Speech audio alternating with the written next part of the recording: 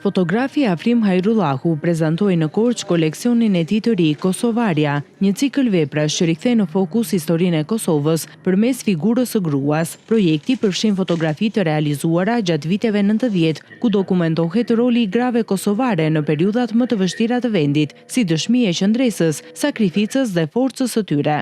Jam shumë i lumtur që e prezantoj këtë punë para publikut të Korçës. Korçën e kam për merak.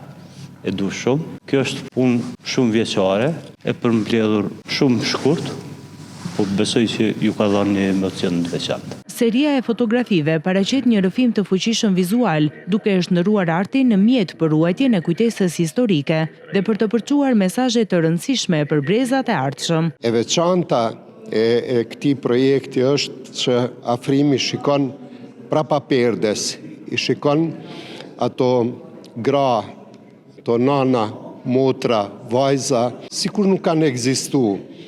I risjell, na i kujton, qëllimi i Afrimit me këtë projekt është jo për të sjellë drejtësi, sepse jeta gjithsesi ka qenë e padrejtë me të gjithë, në veçanti për femrën, por e konsideron që mund të jenë informata të rëndësishme për historinë. Ekspozita është pritur me vlerësime pozitive nga publiku që theksojnë ndjeshmërinë dhe peshën emocionale të çdo fotografie.